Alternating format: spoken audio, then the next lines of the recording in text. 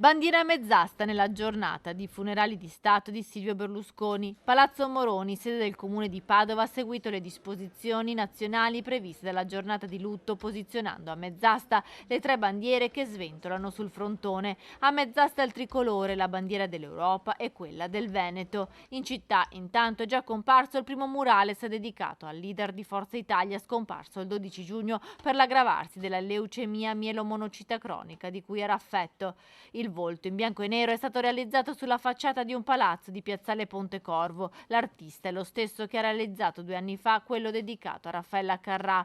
Intanto però non mancano le polemiche contro la decisione dei funerali di Stato e del lutto nazionale per Berlusconi, come il senatore del PD Andrea Crisanti, che in una nota spiega: comprendo con sincera empatia il dolore che la scomparsa di Silvio Berlusconi crea non solo nei suoi affetti personali ma anche nella comunità politica, ma non posso non esprimere la mia ferma contrarietà ai funerali di Stato che ritengo inopportuni, così come al lutto nazionale, scrive Crisanti.